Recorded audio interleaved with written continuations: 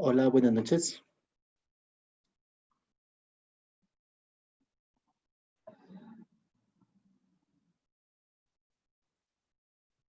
Hola, David.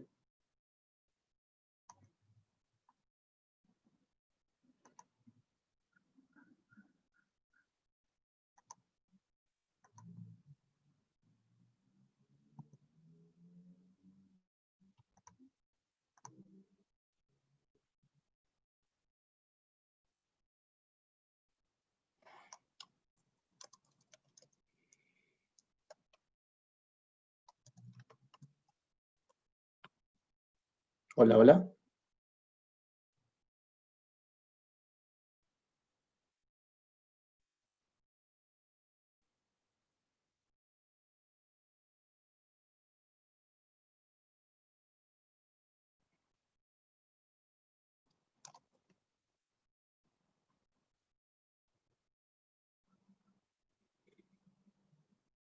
Perfecto. Estaba buscando confirmación sobre si se escuchaba bien y sobre si se ve la presentación.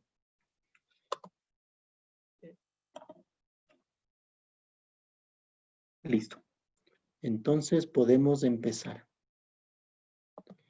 Las preguntas, por favor, en la zona de preguntas y lo vamos comentando en el camino.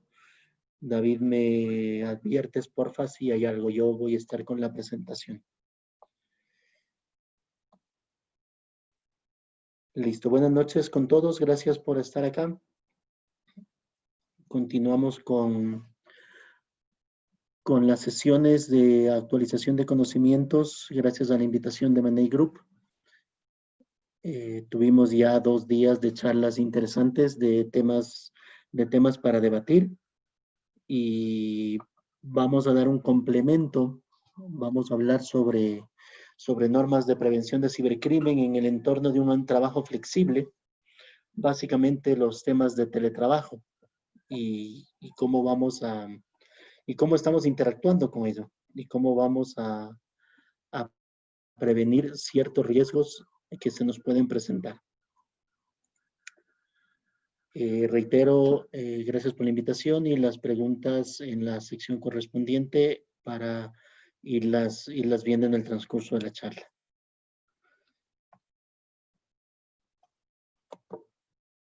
Ya aquí estamos.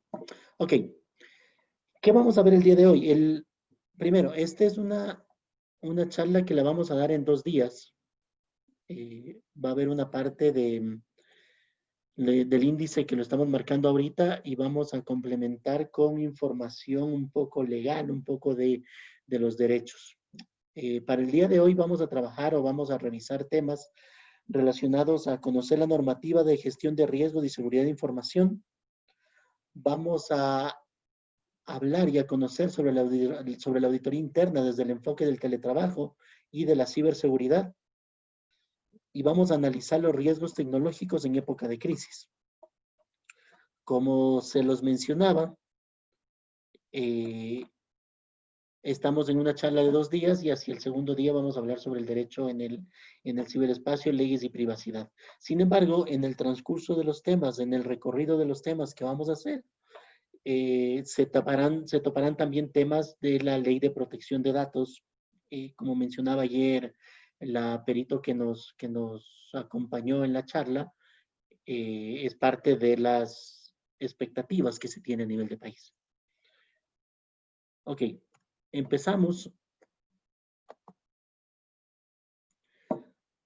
Empezamos conociendo las normativas en gestión de riesgo y en seguridad de información.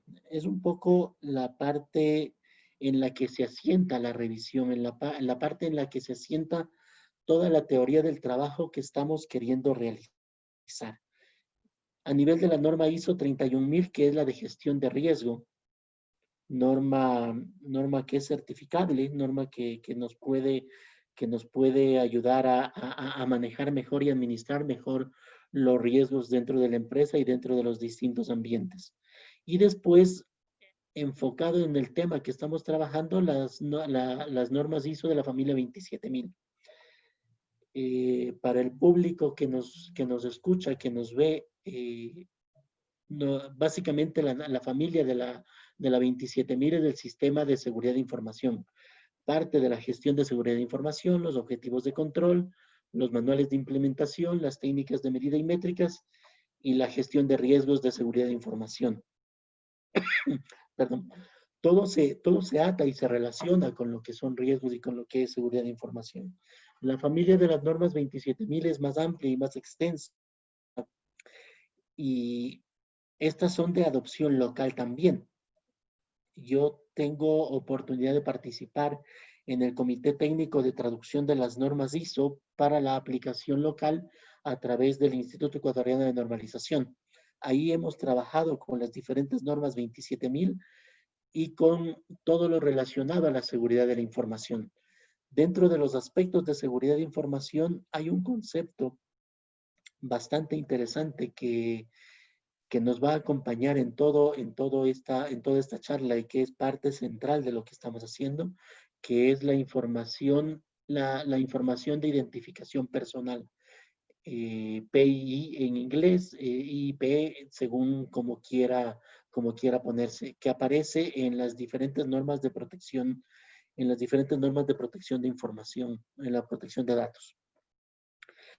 ¿Qué pasa con las normas ISO en las empresas reales, en las empresas normales, por decirlo así?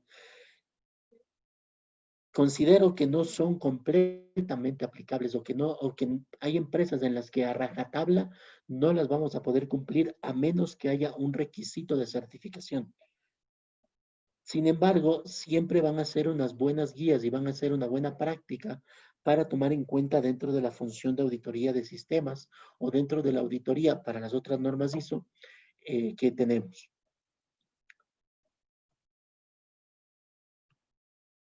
Complementando el tema normativo respecto a riesgos y a seguridad de información, tenemos al COVID, no a la enfermedad, sino al marco de referencia. Marco de referencia que nace desde el año 96 y claro, este gráfico es un poco antiguo porque llegó al COVID-5 en el 2012. Actualmente tenemos ya el COVID 2019. El COVID es los objetivos de control para la información y de la tecnología y también se puede definir como un conjunto de herramientas de soporte empleados por los gerentes para reducir la brecha entre los requerimientos de control y los temas técnicos y los riesgos del negocio. COVID es un marco de referencia, COVID es un paraguas, COVID es algo que está encima de muchos otros frameworks que se pueden aplicar en las empresas. Y COVID sale a partir de su versión 5 y evidentemente ya en su actualización de la versión 2019, sale del entorno netamente tecnología y se pasa a todo el entorno de la empresa, porque COVID-5 ya parte de la alineación de los objetivos estratégicos de la empresa hacia los objetivos estratégicos del área de tecnología y en función de eso la implementación de sus procedimientos y controles. Otra normativa relacionada con el tema que estamos tratando es ITIL. ITIL, en cambio, corresponde a una metodología de gestión que propone una serie de prácticas estandarizadas que nos ayudan a mejorar la prestación de un servicio, reorganizando la manera que tiene la empresa de trabajar y en particular del departamento de TI. Esta sí es una normativa, igual certificable, que atañe primaria y principalmente al área de tecnología. Como habíamos dicho hace un momento, COVID es un paraguas y TIL está dentro de los procesos que trata COVID. Finalmente, y un poco relacionado con todo el aspecto de trabajo, es el PMO,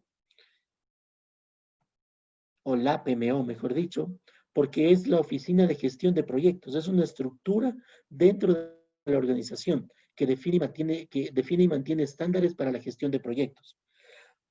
Porque aquí hay una suerte de confusión. Cuando hablamos de PMO, decimos que es el oficial el oficial de manejo de proyectos, de gestión de proyectos.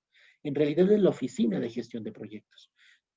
El PMO o la PMO no es una persona, no debe ser una persona. Es un grupo de personas, es una oficina que está a cargo de la gestión y el trabajo de manera transversal para la empresa de los proyectos. Por qué es una normativa en temas de gestión de riesgos y de seguridad de información?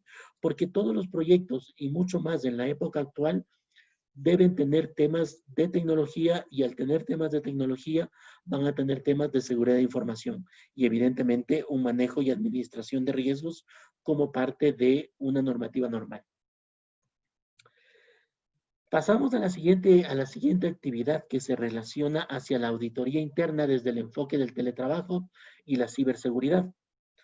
¿Cómo ha variado el tema de la auditoría interna en el mundo del teletrabajo? Tenemos que establecer una relación entre la auditoría y la crisis, la relación de trabajo que va a existir acá. Nosotros ya no podemos, nosotros como auditores de sistemas, auditores financieros de las empresas, no podemos estar presentes no podemos estar presentes en el día a día de la empresa, en la revisión que solíamos hacer, visitando para levantar un proceso, revisando implementación de controles, haciendo matrices de riesgos y controles, etcétera. No podemos estar en eso. Tenemos que trabajar en la auditoría en momentos de crisis. Esto nos lleva a que hay una reducción de recursos. Esta reducción de recursos puede ser dada desde el tema de tiempo, como se lo menciona, porque ya no tenemos tanta presencia en las áreas del cliente o de las áreas internas del negocio donde trabajamos internamente, y esto se materializa en nuevos riesgos. El momento que dejamos de controlar las cosas, los riesgos pueden aparecer y o pueden materializarse. Y finalmente se presenta a raíz de todo esto una inquietud sobre el rol de auditoría. Evidentemente, atraído por estos nuevos riesgos. Ya no tengo el auditor que estaba aquí revisándome periódicamente las cifras, los documentos, las certificaciones, las autorizaciones. ¿Cómo queda el rol del auditor a partir de esta pandemia y de esta nueva forma de trabajo que es el teletrabajo? Es parte de las cosas que vamos a revisar y a tratar de verlas acá.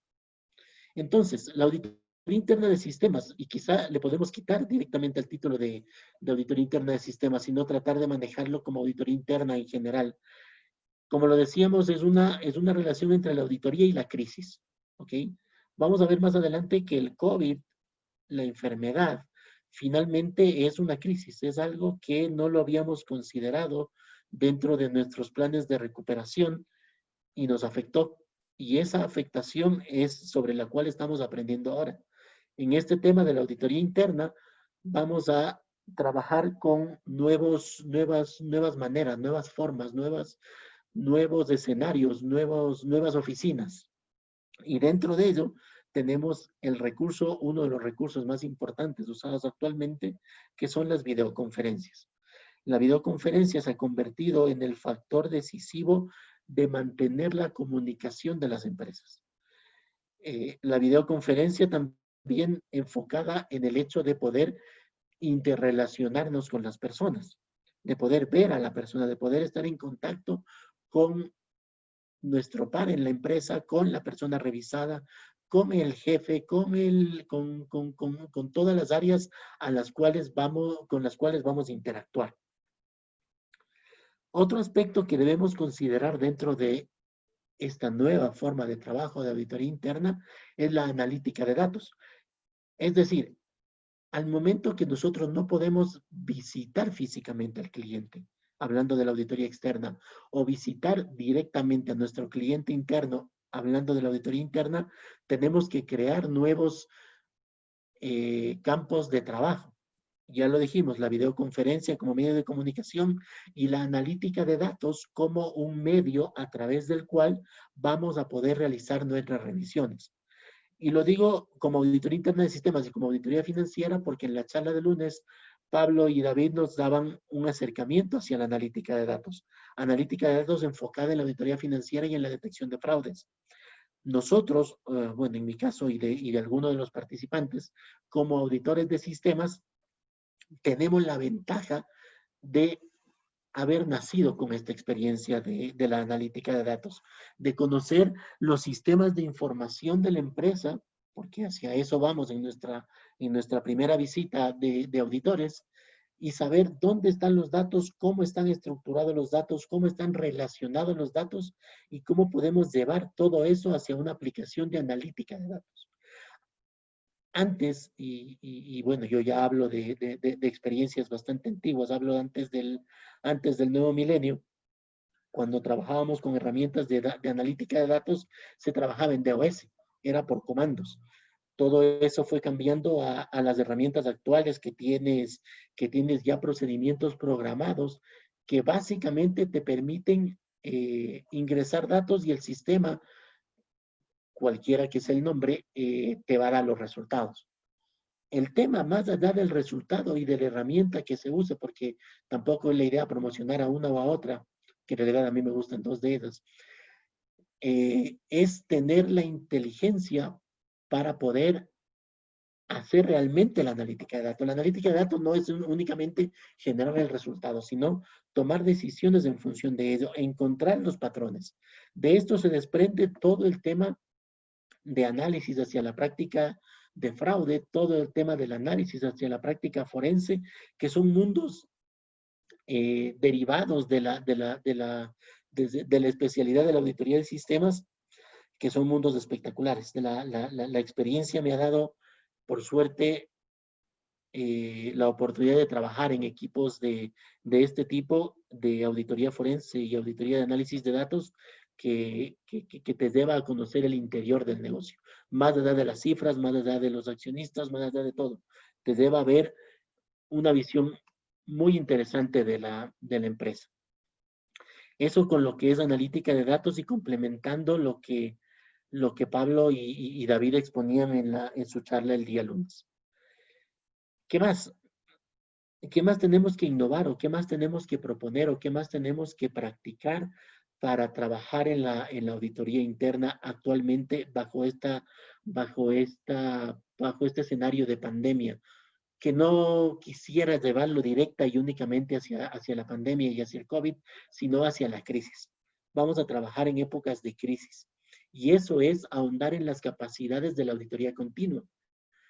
Y me olvidé de mencionar antes, el COVID, nuestro framework de trabajo, es auspiciado, es generado por ISACA, que es la Asociación de Auditores de Sistemas, y dentro del ISACA tenemos varias certificaciones. En el primer capítulo de la certificación de auditor de sistemas te habla de la autoauditoría.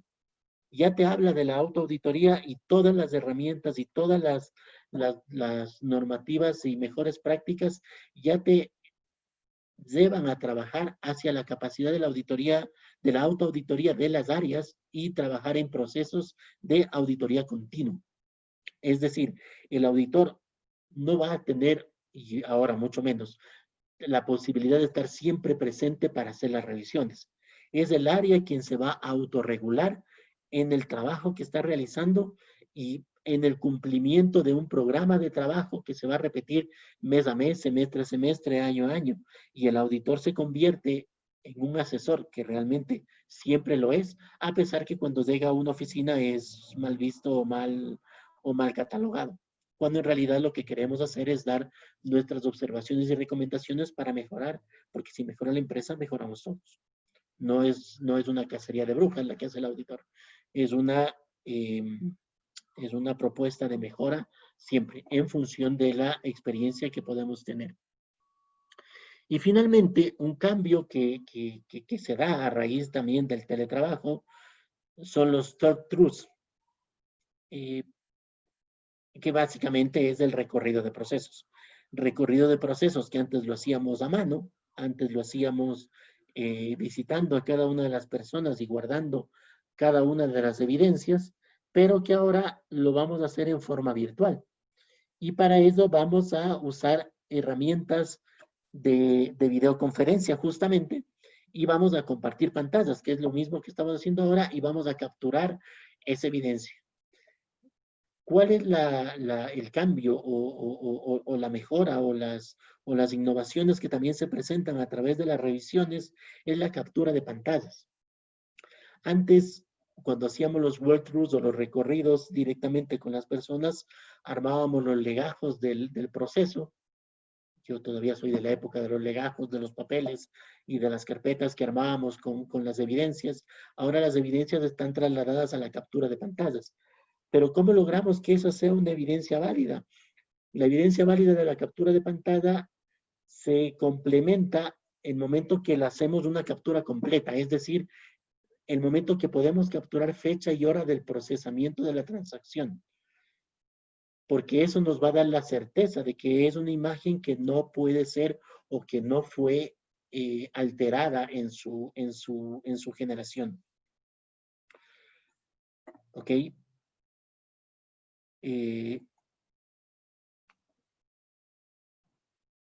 Eso respecto a las nuevas formas de trabajo relacionados a la auditoría interna.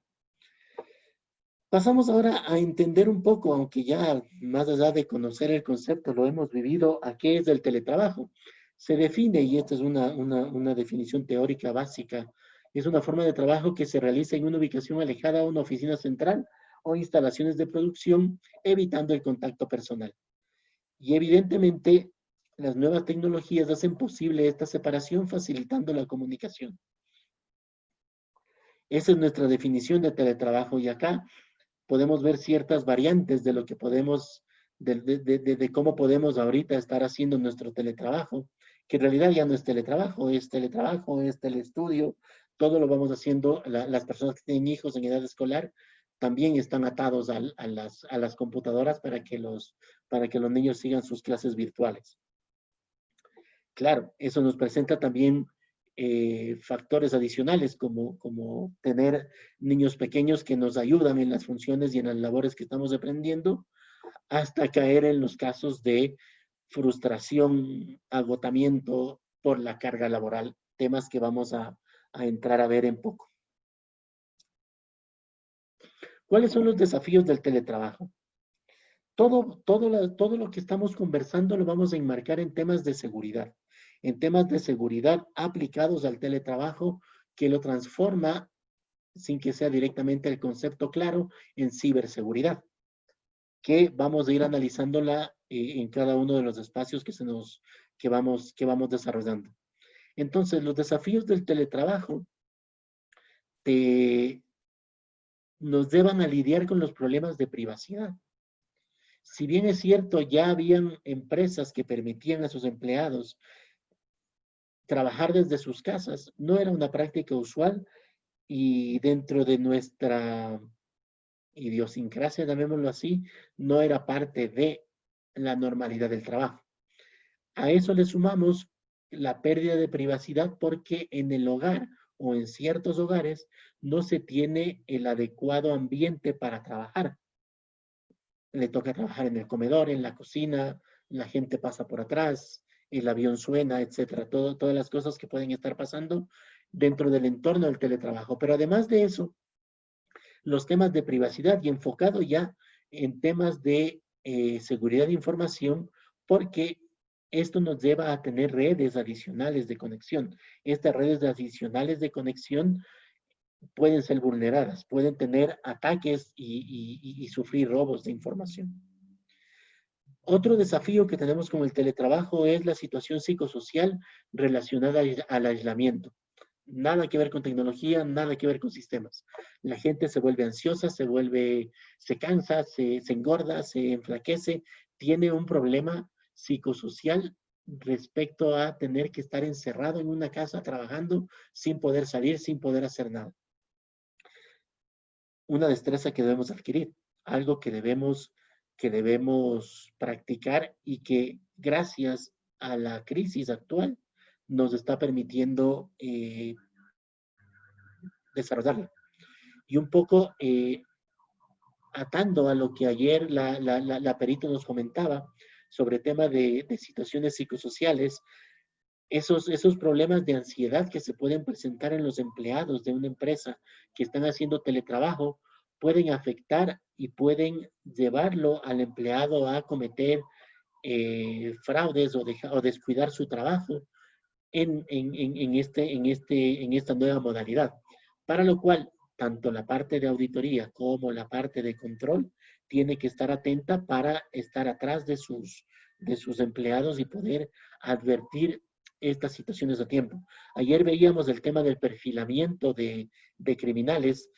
No le llamemos perfilamiento de criminales, llamémosle perfilamiento de empleados, que hay una delgada línea en saber qué tanto podemos investigar e indagar sobre las personas que trabajan con nosotros, pero el área de recursos humanos puede encargarse de esta tarea y saber que la salud mental, psicológica de las personas que están trabajando en la empresa se mantiene estable y van a cumplir con sus proyectos. ¿Qué nos lleva a esto? Nos lleva a un riesgo, porque el momento que una persona, sea por la enfermedad del COVID, o sea por un ataque de ansiedad, o sea por un ataque psicosocial, deja de trabajar y lo perdemos como un recurso laboral. Finalmente, un desafío que también se ha marcado es la dificultad o la falta de capacitación y desarrollo profesional. Aquí hay como dos vertientes. Por un lado, la tendencia a estar en todos los seminarios que aparecen, en todos los webinars que aparecen, en todas las certificaciones que podemos hacer en línea, porque pensábamos que eso era lo único que íbamos a hacer en el teletrabajo.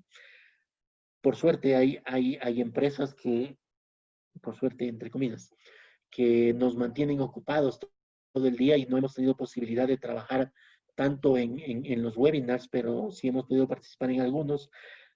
Pero tampoco es la idea de salir corriendo, qué sé yo, hacer una maestría, sacar una certificación, solamente por el hecho de estar confinado en la casa o por estar aislado en la casa. Por eso digo que es una contraparte, porque es un desafío tener este problema de la falta de capacitación y la falta de desarrollo profesional contra la sobreexposición que tenemos de información y de mejoras que podemos aplicar a nuestro trabajo físico, que ahora tenemos que hacerlo o que ahora tenemos que aprender para aplicarlo a nuestro trabajo virtual. Pero la pregunta es, y ahora con las personas que tenemos conectadas, es importante, o sea, es interesante saber qué tan preparada cree usted que estuvo su organización para el teletrabajo, relacionado a temas de seguridad, de control, de infraestructura, de manejo de riesgos. Los asistentes o nuestro entorno de trabajo, podemos ser personas que tenemos un trabajo fijo en una oficina, que tenemos nuestras labores, funciones y responsabilidades, o somos auditores o somos consultores que tenemos que visitar a nuestros clientes. ¿Qué tan preparada estuvo la empresa nuestra para permitirnos teletrabajar, para proveernos de un recurso tecnológico, para proveernos de medios de comunicación, para, para enfrentar justamente los riesgos que implica sacar un computador de propiedad de la empresa a una ubicación incierta? ¿Qué tan preparada creen ustedes que estuvo su empresa? Es una pregunta interna y personal que con lo que vamos a ir viendo vamos a tratar de contestarla. ¿Por qué hablábamos de esto? Porque el trabajo desde casa involucra un mayor compromiso y dedicación, pensando en el trabajador común y silvestre, por decirlo así. El contador, el auditor, la persona de operaciones, todos deben tener un mayor compromiso, dedicación y responsabilidad respecto al teletrabajo. Nadie nos está viendo, nadie nos está observando, nadie nos está haciendo timbrar tarjeta en muchos casos. Hay gente que he conocido que trabaja únicamente en pantalonetas o en pijama, que también dijeron que era una mala práctica, pero lo trabajan desde casa y es parte del compromiso y la dedicación que ellos vieron para su trabajo. Es parte de las cosas con las que hay que también lidiar. Pero para los equipos de TI, el teletrabajo representó un reto aún mayor, porque pudo desnudar la poca capacidad que pudo tener nuestra infraestructura y nuestros elementos de seguridad respecto a la facilidad que le vamos a dar al empleado para teletrabajar. Entonces, la prioridad del área de TI fue conectar a la empresa, tener redes, tener aplicaciones, redes virtuales seguras, asegurar los accesos. Eso lleva a que el equipo de seguridad de información enfrente a nuevos riesgos. Eso quiere decir que si tenemos dentro de nuestra audiencia ahora a profesionales de auditoría o de seguridad de información, el mapa de riesgos que diseñamos o que estamos dando seguimiento en este año tiene que sufrir cambios y tiene que considerar, o al menos tiene que cambiar de probabilidad de impacto algunos de esos riesgos, enfocados en la conectividad, enfocados en la protección de información, enfocados en fugas de información. Finalmente, los controles que ya se tenían sobre trabajo en casa, porque sí habían personas que trabajaban desde casa, se revisaran para acoplarlos a la masiva demanda y al tiempo de no poder entrar a la oficina. Era fácil mantener VPNs o redes virtuales seguras cuando eran 2, 3, 10 personas conectadas. Ahora tenemos 200 personas conectadas en una empresa, 50, 100, el número que corresponda, el número que sea. La infraestructura de licencias posiblemente no estaba acorde a esta necesidad y es parte de lo que la gente de tecnología y de seguridad tuvo que lidiar para trabajar en esta crisis que se nos presentó. Pero además del teletrabajo, tenemos la otra parte de la vida. La otra parte de la vida, más allá de trabajar y de que haya gente que trabaje 12, 14, 16 horas ahora por épocas de confinamiento y como no hay nada más que hacer, mejor trabajemos. También se incrementó lo relacionado al comercio electrónico.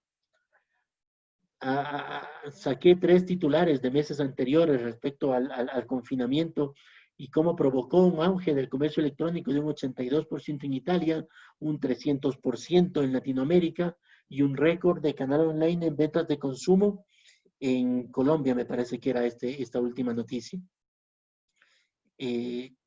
¿A qué se debe todo esto? Evidentemente a que no podemos salir y a que las empresas que nos ofrecen bienes y servicios nos dan la facilidad de trabajar con ellos para poder proveernos de sus servicios.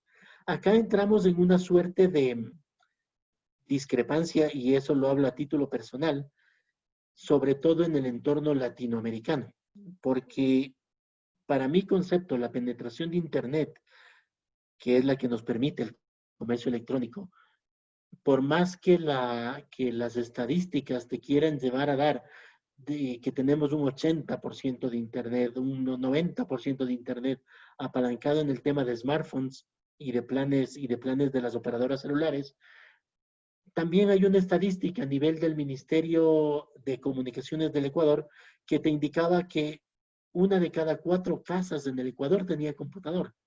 Entonces, algo no cuadraba. Claro, tienen una computadora, pero tienen 5 teléfonos inteligentes.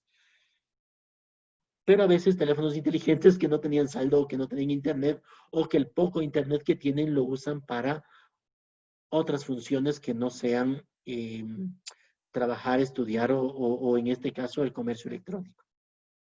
Sin embargo, justamente ese auge, ese crecimiento, que yo lo considero no tan penetrante, pero que sí tiene un valor bastante alto, nos llevó a que todo esto crezca. Y este aislamiento voluntario y la cuarentena nos llevó a mirar las opciones de mercado para una necesidad básica, abastecernos de productos, aquellos de primera necesidad y otros del día a día. Acá puse algunas de las que escuché y una que yo utilizo, porque yo no he salido 100 días de mi casa y tengo que hacer compras en el supermercado. Acá tienes venta de frutas, tienes ventas de supermercado, tienes venta de farmacia y demás. Todo eso se incrementó. Tipti como aplicación cayó. Super Easy no pudo responder. El Frutón tuvo algunas fallas. ¿Y cuál es el aspecto importante acá? Las políticas de privacidad que cada uno de estos comercios tienen en relación a la protección de datos. Recuerden que todos los puntos que estamos viendo tienen que ver con la seguridad de la información, con la ciberseguridad. Y un valor y un punto importante es la protección de los datos. Porque yo cuando hago una compra en línea, cuando utilizo el comercio electrónico, estoy dando mi nombre, estoy dando mi teléfono, estoy dando mi dirección. A veces puedo pagar en efectivo y a veces, la mayoría quizá, la pago con tarjeta de crédito. Y yo no estoy seguro que el comercio al que le estoy comprando tenga un botón de pago, tenga una pasarela de pago que me asegure que la transacción que estoy haciendo, que los datos que estoy mandando al mundo son protegidos y no van a ser vulnerados. En un análisis que estábamos haciendo sobre estas plataformas, nos metimos o entramos a ver en la parte legal, digamos, en el disclaimer de protección de información, y en los 3 casos que se marcan acá y en muchos otros que fueron apareciendo, no se cuenta con una certeza a nivel de política de privacidad de la empresa atrás de estas empresas de comercio electrónico que nos permitan asegurar que nuestros datos van a estar protegidos. Recordemos que desde el año 2012 Ecuador tiene una ley de comercio electrónico. La ley de comercio electrónico te habilita o te protege como consumidor para que las empresas de comercio electrónico tengan estas salvaguardas. Dada la pandemia, dada la crisis, dado el aislamiento y la cuarentena, aparecieron infinidad de aplicaciones, infinidad de comercios casi informales que nos ofrecían traer los productos a la casa. ¿Qué tan segura es la información que proporcionamos? No lo sabemos. Y es posible que en los próximos meses nos veamos enfrentados a problemas de primariamente de fraude por robo de información de tarjetas de crédito. ¿Qué nos lleva esto nos lleva también a ciertos paradigmas respecto al comercio electrónico y enfocado en el tema de las plataformas de delivery? Sabemos que estas plataformas de delivery, que son parte del comercio electrónico, que es todo lo rico de pedir comida, son parte de la 4ª revolución industrial. Partimos de la creación de las industrias, del vapor, el acero y todo, y llegamos a una 4ª revolución industrial en la que está todo el trabajo y el concepto del comercio electrónico. Y enfocado ahorita en esta presentación en lo que es el delivery. Pero básicamente lo que busca este comercio electrónico es, o estas plataformas electrónicas, ahí hablamos de Globo, de Rappi, de las otras plataformas que nos hacen delivery, es la búsqueda de fusionar lo físico con lo digital. Porque claro, cuando yo hablo de Rappi o hablo de Uber Eats o hablo de Globo, no estoy hablando solo de comida, estoy hablando de que me pueden traer y llevar cualquier cosa. Claro, todo tiene un valor y todo tiene un costo, pero yo me olvidé la llave de la oficina y ellos me lo pueden traer. Alguien lo entrega en mi casa y me lo traen a mi oficina. Es parte del servicio, es el delivery realmente que, como le digo, no solo se circunscribe al tema de la comida, que puede ser para cualquier cosa. Lo usamos eventualmente para flores, lo usamos eventualmente para desayunos, pero en esta época, reitero, de aislamiento y de cuarentena, nos llevó a que haya un boom. Y este boom es parte de la fusión de lo físico con lo digital. Alimentado y añadido y complementado y sobre todo mejorado porque esta forma de alimentarse ha cambiado ahora radicalmente con la inclusión de elecciones informadas. ¿Qué quiere decir eso? Antes, cuando yo llamaba a un servicio a domicilio, llamaba por teléfono, pedía los especiales del día y si ya sabía el plato que quería comer, lo compraba. Me daban el valor, el costo extra por el servicio a domicilio y se acababa el lío. Ahora, con las plataformas de delivery que tenemos, incluso con las páginas web de los restaurantes, tenemos el menú directamente en la pantalla del computador o del celular para poder hacer la compra y para poder materializar este comercio electrónico. Y lamentablemente hay que decirlo, las páginas web a nivel de Ecuador son deficientes, por decirlo en un término no muy dramático, no muy drástico.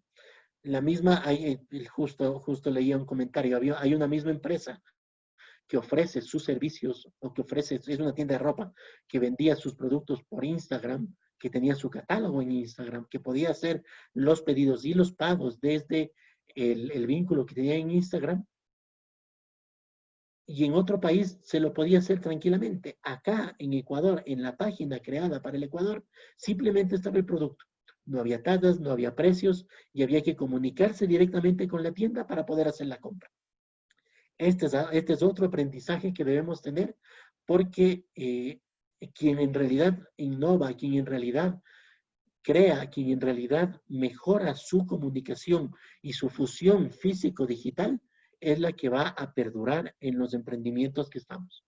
Vamos a caer en una época de crisis, que es lo que todo el mundo nos dice, las ventas van a caer, los empleos se van a perder, los emprendimientos van a proliferar, pero hay que hacerlo razonablemente y con el aporte de la tecnología tenemos la posibilidad de hacerlo de una buena manera. ¿Cuál es el impacto de este auge del comercio electrónico? Como lo decíamos hace un rato, la transparencia, pero enfocado en la falta de transparencia, porque al tener tantas empresas que nacieron de un día para otro, no sabemos dónde está quedando nuestra información. Eso ata directamente con el tema de seguridad, porque no sabemos si esta información que estamos dejando es segura o está siendo resguardada o cumple los protocolos. Y esto nos va a llevar, lamentablemente y posiblemente, a estafas y al abuso en el uso de información. Porque la estafa, tal como veíamos en la charla de ayer también, en el perfilamiento de delincuentes, al tener o al poder proveer o al poder obtener información de las víctimas, puede llegar a abuso. Puede haber ciberbullying, puede haber grooming, puede haber eh, el mismo tema de estafas y ataques a través de las redes sociales a las personas por los datos que uno directamente y de forma voluntaria está dejando en estas redes. ¿Cuáles son los perjuicios a pesar del auge y del crecimiento y de las ventajas que ciertas empresas de comercio electrónico han tenido? Evidentemente hay pérdidas económicas porque la venta que tiene un restaurante en línea o por su plataforma digital no necesariamente iguala al tener a toda la gente sentada en sus 50 mesas para poder atenderlas. Enfocado en perjuicio, pero a la vez es un riesgo, es la suplantación de identidad.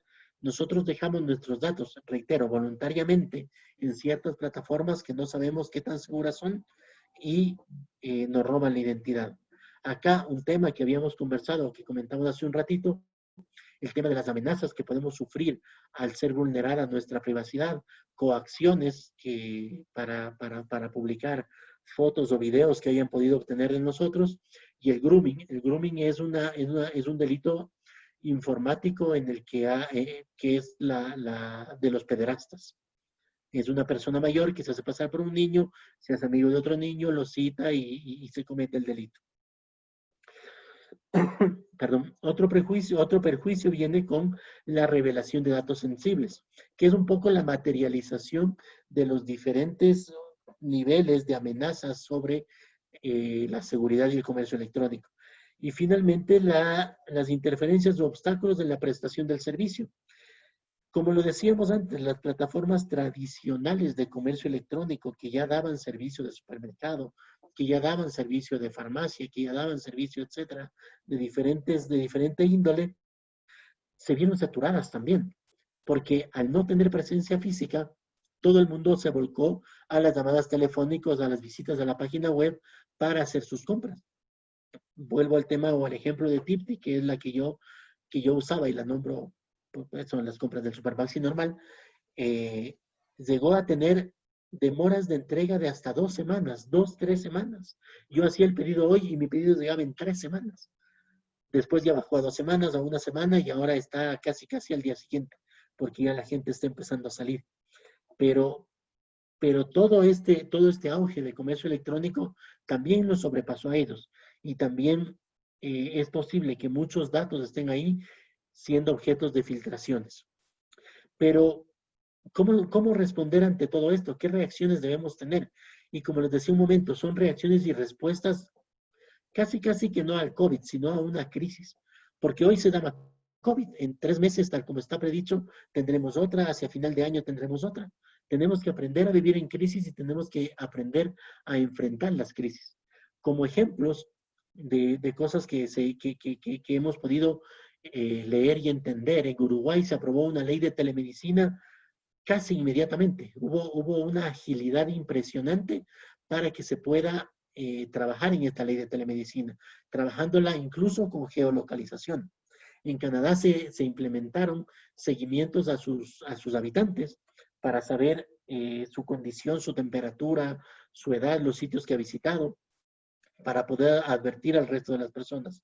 Pero quien quizá, bueno, los dos casos que me parecen más importantes que se llevaron la bandera en esto, es en China con el seguimiento que hacen por códigos QR. Una vez que pasaron ellos del aislamiento y la cuarentena, implementaron códigos QR en todos los lugares que había visita de personas.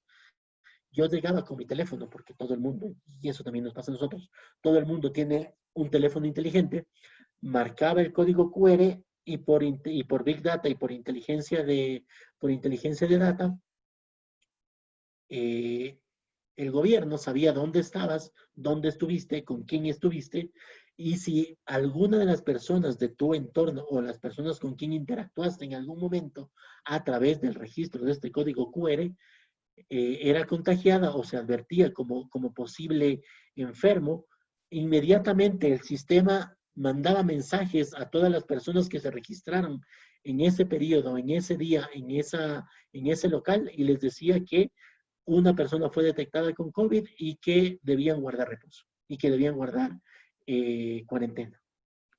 Claro, de ahí lo de Medellín fue una experiencia mucho más grande. Medellín hizo una extensa recolección de datos de sus habitantes. ¿Qué le permitió esta recolección de datos de sus habitantes, aparte de saber qué hacían, qué comían, dónde iban, dónde estaban y qué podían hacer de ahora en adelante? También les permitió tener un control de la gente y cuidarlos para que no se enfermen o que si tuvieron contacto con enfermos puedan, eh, puedan mantener las medidas de control y las medidas de sanidad para evitar los contagios. Medellín es una de las ciudades de Colombia que menos cantidad de contagios tiene. Sin embargo, es polémica esta recolección de datos. Según el municipio de Medellín o según el símil del municipio de Medellín, dice que los datos van a ser usados únicamente para el tema de la crisis, para el tema de la pandemia y que después serán borrados.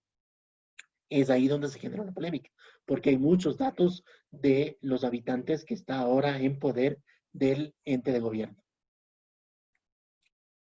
En Ecuador, no se han promulgado leyes a favor, no se han permitido cosas nuevas, no se ha trabajado, se implementó el famoso 171, me parece que era el código de las llamadas del Ministerio de Salud, que colapsó también a los pocos días y que ahora no te da citas, pero era el resultado de todo lo que ya veníamos sufriendo. Es simplemente la evidencia de la crisis que ya manteníamos. Crisis tecnológica, crisis de funcionamiento de servicios. ¿Cuáles son las precauciones que debemos tener? Evidentemente, la administración y el manejo de un sistema de gestión de seguridad de información a través de las normas 27.000, un sistema de protección de datos y de gobierno de datos que te debe a la clasificación de información. Ayer también hablaba la perito sobre este tema de clasificación de información porque parte de los delitos informáticos apuntan hacia la información clasificada como confidencial.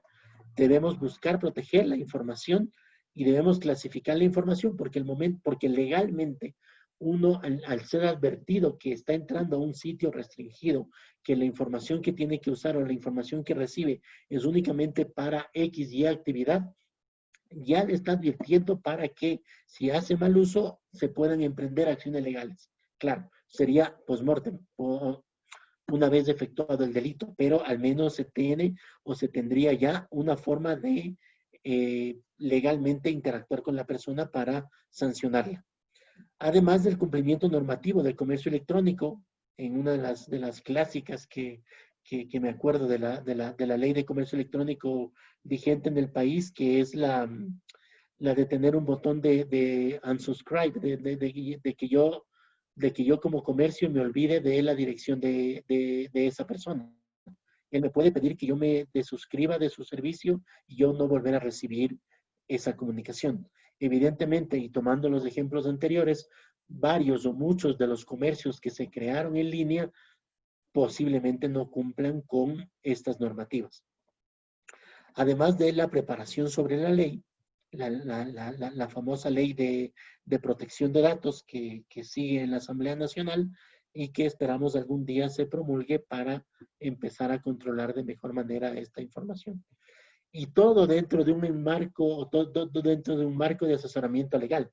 Es mejor tener siempre la ayuda de un abogado dentro de las cosas que vamos a hacer como empresa que ofrecemos comercio electrónico. O yo como consumidor, dentro de una tribuna del consumidor o dentro de una tribuna de protección al consumidor, un asesoramiento legal siempre es válido para poder tomar medidas contra las empresas que pueden estar mal usando la información. Al auge del comercio electrónico le siguió el auge directamente electrónico. Reconocerán varios de estos símbolos, de hecho estamos usando uno de ellos, el Zoom, Meet, Teams, el Skype y demás. La alternativa que varias empresas adoptaron para mantener su producción y productividad fueron las videoconferencias. Ya vimos que la videoconferencia era la herramienta útil para mantenernos en contacto y poder seguir trabajando en los temas de auditoría, pero también estas herramientas fueron puestas a prueba para lograr mantener comunicados a los negocios. ¿Por qué? Porque Zoom, y ahora la usamos y es una versión pagada y tiene toda la protección, Zoom en sus inicios generó lo que se conoció como el Zoom bombing. El Zoom bombing fue cuando a Zoom se le sobrepasó todo. Zoom era una plataforma, y no doy números reales, que permitía tener 1 millón de conexiones. De repente se requirieron 30 millones de conexiones y evidentemente sobrepasó su capacidad. Eso hizo que se abran muchas brechas de seguridad que en el desarrollo de Zoom no fueron consideradas. Eso hizo que haya ingreso de personas no invitadas a reuniones, que se filtre pornografía. De pronto estaban en una reunión y aparecía una imagen pornográfica. Se recolectaban datos de la persona por parte de terceros en forma no autorizada. ¿Qué pasaba? Yo me inscribía a Zoom por medio de mi cuenta de Facebook y Facebook ya se apropiaba de mis datos personales. Hubo también un caso que empezó a venderse en la red, en la dark web, las filtraciones de grabaciones. Hubo filtración de grabaciones y se empezó a vender esas grabaciones de ciertas empresas, además de una filtración de cuentas. Así como cuando hacen un hackeo a una empresa de servicio, se hizo un hackeo a las cuentas de Zoom y se vendían esas direcciones de correo electrónico. ¿Qué fue lo bueno de todo esto? ¿Qué se puede rescatar de esto? Fue la respuesta casi inmediata que tuvo Zoom sobre todos estos incidentes de seguridad que se le presentaron. Eso hizo que Zoom siga funcionando. Esto pudo ser desastroso para cualquier empresa que no tenía el soporte técnico que Zoom tuvo para poder responder. Sin embargo, los expertos siguen advirtiendo sobre brechas de seguridad que no han sido resueltas. Entramos finalmente a lo que es el análisis de riesgos tecnológicos en época de crisis. Antes se llamaba esto un análisis de riesgos tecnológicos para ciberseguridad, pero en realidad, vuelvo sobre el tema, es una época de crisis y la ciberseguridad es uno de los riesgos. Entonces, dentro de este tema vamos a hablar sobre la privacidad y el uso legal de los datos. Ya vamos a topar lo que es la ley de protección de datos. Vamos a hablar como un riesgo sobre la exposición a la infodemia.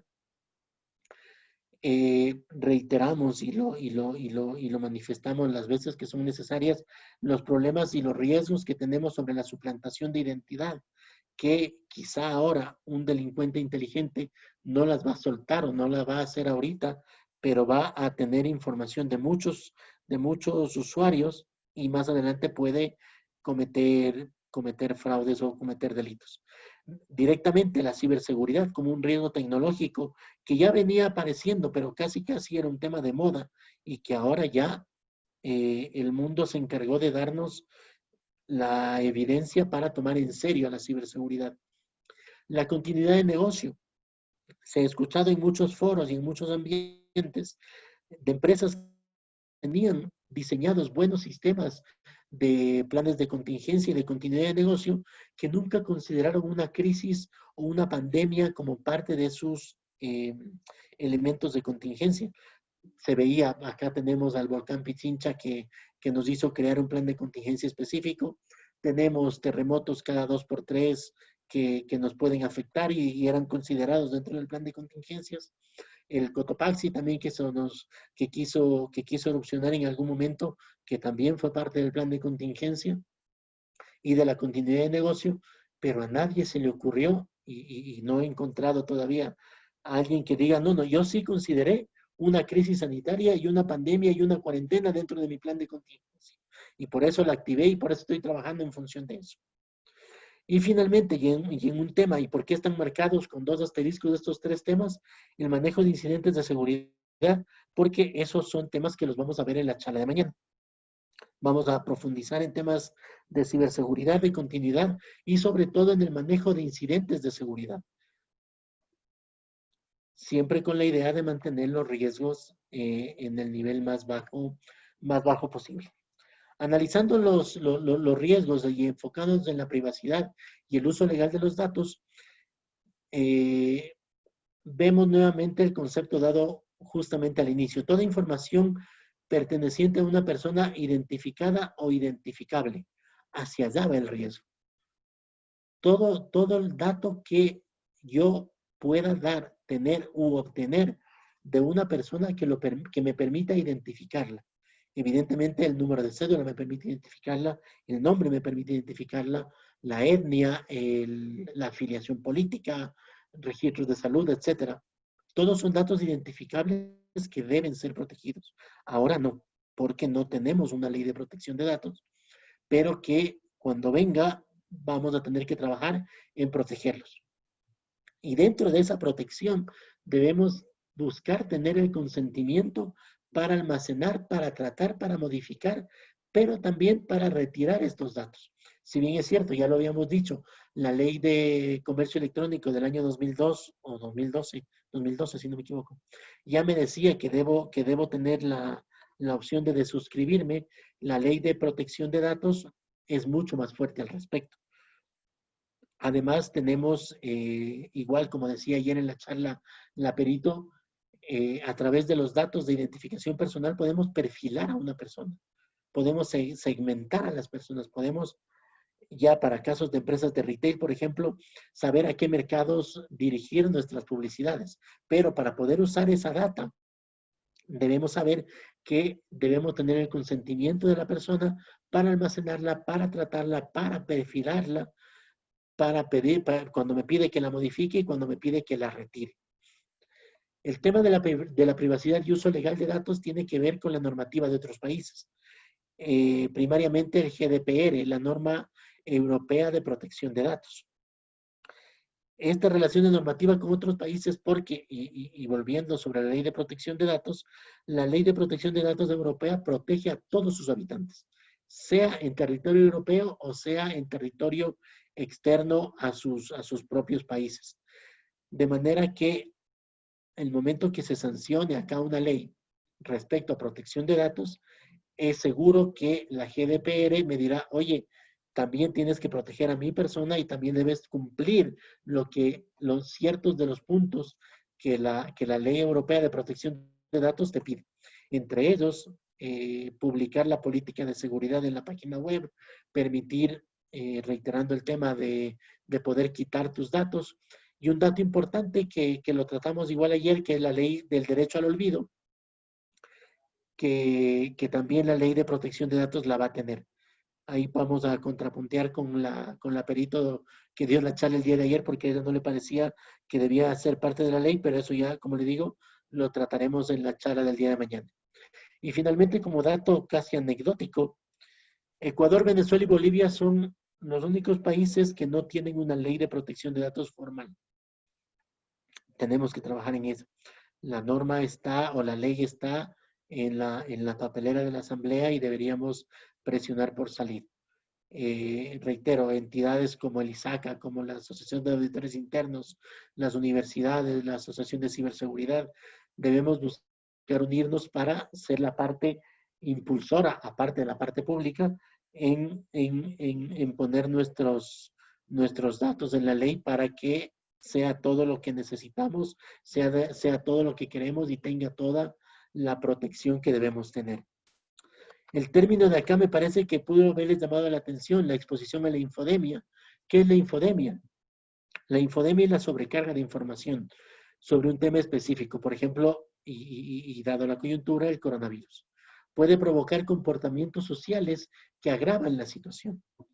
La infodemia se le relaciona mucho con las noticias falsas, los titulares falsos, los tweets o las publicaciones en muros de redes sociales que resultan falsas o que dicen una verdad a medias. Eso, dada la proliferación de la navegación en redes sociales, hace que se provoque comportamientos sociales que agraven la situación. Claro, acá no vamos a llegar a una situación como la primavera árabe, por ejemplo, que como ustedes sabrán, recordarán, eh, fue toda la manifestación que tuvo los países de Medio Oriente para derrocar a sus gobiernos dictatoriales. Las convocatorias para las marchas a esos derrocamientos que terminaron en el derrocamiento de los dictadores fue dada por Twitter, fue dada por redes sociales, fueron autoconvocatorias y ahí la gente estaba mucho más conectada y logró hacer. Mi criterio personal es que algo así no puede darse en Ecuador porque no toda la gente está conectada, no toda la gente es socialmente responsable, no toda la gente es políticamente responsable para llegar a eso. Sin embargo, debemos tratar de evitar la infodemia, debemos tratar de evitar las noticias falsas. ¿Y cómo lo hacemos? Verificando a los usuarios que comparten la información, desconfiando de titulares impactantes, validando cuentas parodia. Acá nos ha pasado que políticos reconocidos han retuiteado o han dado me gusta en ciertas publicaciones de cuentas parodias de medios de comunicación y no se daban cuenta hasta que les llamaron directamente la atención. Tenemos que verificar fotos e imágenes para saber que corresponden al periodo en el que estamos y evidentemente la mejor forma de evitar las noticias falsas es evitando su difusión. Somos responsables de lo que compartimos. Y volvemos a los temas que vamos a profundizar mañana en la ley de protección. Eh, el linchamiento social ya está penado en el COIP, sí, en el Código Integral Penal, pero en la Ley de Protección de Información, en la Ley de Protección de Datos, también se va a proteger este tipo de cosas. No podemos difamar a alguien en redes sociales y salir impunes de eso. Esto va a tener más restricciones y por eso es importante que no solo un sector escriba la ley. Tenemos que estar involucrados muchos más actores de la sociedad en la escritura de esa ley y en los artículos que vamos a poder tener. Finalmente, y esto solo como pantalla inicial para la charla de mañana, es el derecho en el ciberespacio, las leyes de privacidad, regulaciones, pautas y seguridad de la información, que es lo que veremos el día de mañana.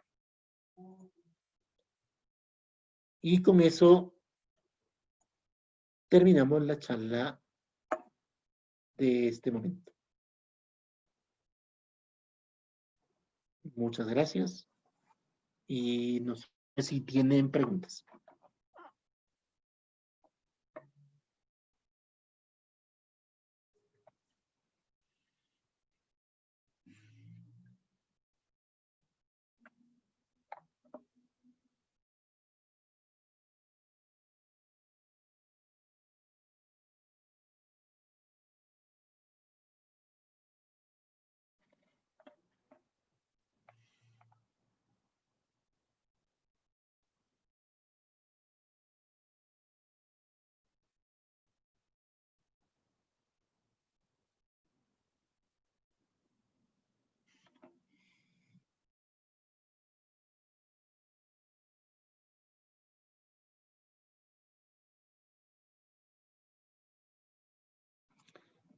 Teníamos una pregunta en el chat. Déjame ver si estoy. Sí, sí estoy.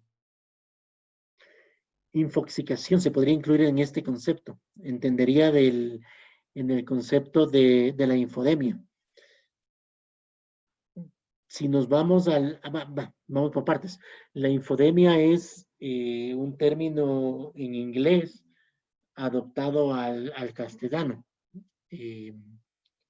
lo empezó a usar la Organización Mundial de la Salud y claro, se refería básicamente a los temas de saturación de información falsa. Y sí, una infoxicación entendería como un símil a una intoxicación de información, sí puede ser un paralelo hacia este tema.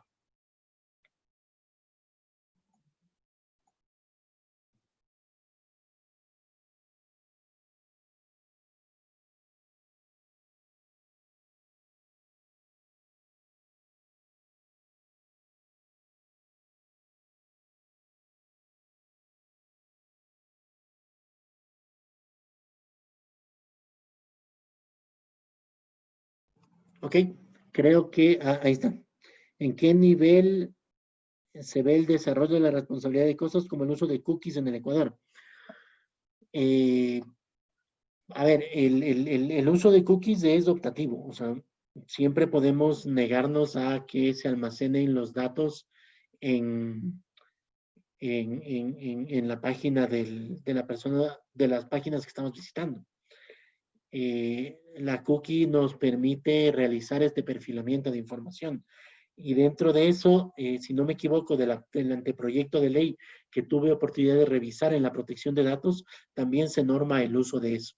Eso quiere decir que las páginas que estamos desarrollando van a tener que contar con medidas de protección también o con medidas de seguridad para la gente que navega y para la gente que acepta dejar su información vía cookie.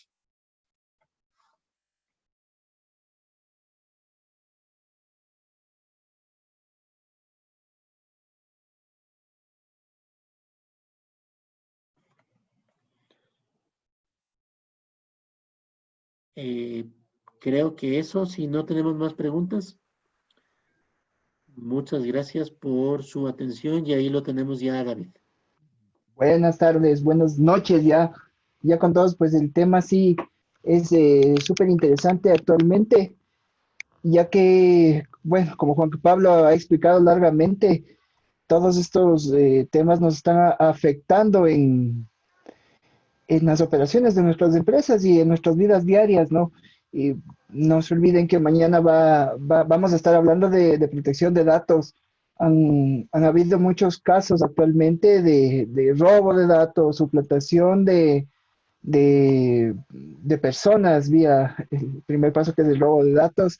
Y es un tema súper importante que debemos considerar dentro de nuestros riesgos y los factores de riesgo en las empresas, ¿no? Eh, Tal vez también hemos estado un poco al tanto y tal vez mañana nos pueda ayudar Juan Pablo con este tema de la creación de las identidades sintéticas, ¿no? Que también ha aparecido como parte del robo de información dentro de los esquemas del cybercrimen. Esperemos, y va a estar súper importante, interesante esto. Seguimos avanzando con esto. Les agradezco mucho su participación. Juan Pablo, una excelente presentación. Nos ha aclarado muchas cosas y pues estaremos muy pendientes de cómo nos expliques mañana muchos de estos temas a los que necesitamos responder, ¿no? A veces nuestras empresas son pequeñas y pues sí necesitan un poco de ayuda para por lo menos los riesgos más significativos sean mitigados. Correcto. Muchas gracias. Muchas gracias, Juan Pablo, que estés bien. Muchas gracias a todos y los vemos mañana. Hasta mañana. Gracias. Hasta mañana.